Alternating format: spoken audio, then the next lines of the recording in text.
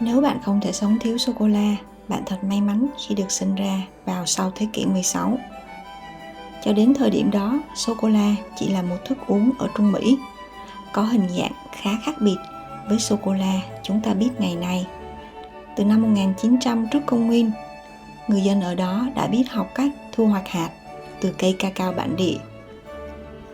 Các tài liệu cổ xưa nhất tiết lộ rằng nhân cacao được nghiền nát, sau đó được trộn với bột ngô và bột ớt để tạo thành thứ thức uống không dễ chịu như cacao nóng mà hơi đắng và được tạo phủ thêm bọt. Và nếu bạn tưởng rằng chỉ con người ngày nay mới mê đắm sô-cô-la thì nhầm to nhé. Người Trung Mỹ đã sớm tôn thờ loại thực phẩm này. Họ tin rằng cacao là thứ thức ăn thiêng liêng được ban tặng cho con người bởi vị thần rắn lông vũ được người Maya biết đến với cái tên Kukulkan và người Aztec biết đến với cái tên Quetzalcoatl. Người Aztec sử dụng cacao làm tiền tệ, uống cacao tại các bữa tiệc hoàng gia, tặng cho quân lính như phần thưởng sau chiến công và sử dụng nó cho các nghi lễ. Cuộc gặp gỡ đầu tiên xuyên đại dương với sô-cô-la diễn ra vào năm 1519 khi Hernán Cortés tới thăm cung điện Moctezuma tại Tenochtitlan. Theo tài liệu do trung úy của Cortés ghi chép, vua Moctezuma cho đem ra 50 bình thức uống, rót vào những chiếc cốc bằng vàng. Khi những tên thực dân trở về, mang theo thứ hạt mới lạ, sự truyền bá về những câu chuyện dâm ô liên quan đến sô-cô-la đã khiến nó trở thành một thứ thuốc kích dục tăm tiếng. Ban đầu, vị hơi đắng của sô-cô-la giúp nó trở thành vị thuốc, chữa một số bệnh về bao tử. Nhưng vị ngọt được sinh ra nhờ thêm chút mật ong, đường và vani đã khiến sô-cô-la sớm trở thành thức uống nổi tiếng tại cung điện Tây Ban Nha. Không lâu sau, không gia đình quý tộc nào lại không sở hữu sô-cô-la trong nhà. Thức uống thời thượng này đã tiêu tốn rất nhiều công sức và thời gian để sản xuất trên quy mô lớn.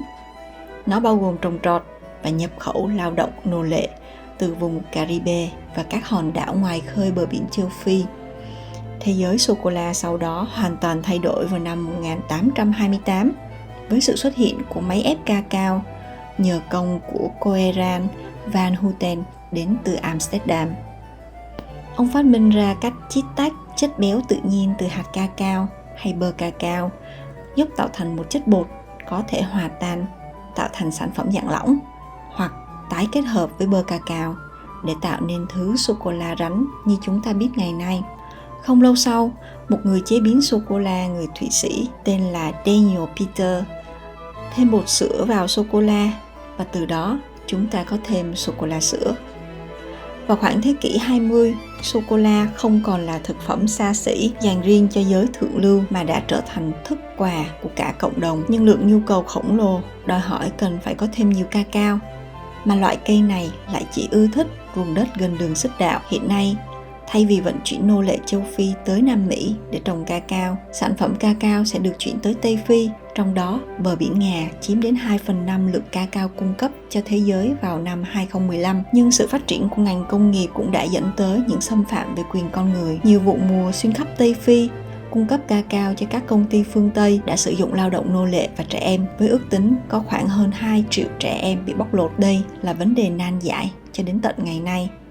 Mặc dù các công ty sô-cô-la cùng các quốc gia châu Phi đã nỗ lực để giảm thiểu số lao động trẻ em trong thực tế, ngày nay sô-cô-la đã có mặt trong các nghi thức của xã hội hiện đại với sự kết hợp giữa văn hóa thuộc địa và văn hóa bản xứ, trộn lẫn với sức mạnh của quảng cáo. Sô-cô-la mang trong mình một hương vị vừa cuốn hút, vừa suy đồi và bị cấm đoán. Nhưng biết thêm về lịch sử vừa thú vị vừa dữ dội của sô-cô-la cũng như về sản phẩm của nó ngày nay cho ta biết được loại thức ăn này được hình thành như thế nào và khám phá ra những sự thật ẩn đằng sau nó. Vì thế, lần tới, khi bạn lại bóc một thanh sô-cô-la, hãy dừng lại một chút để nhắc mình rằng không phải mọi thứ về sô-cô-la đều ngọt ngào.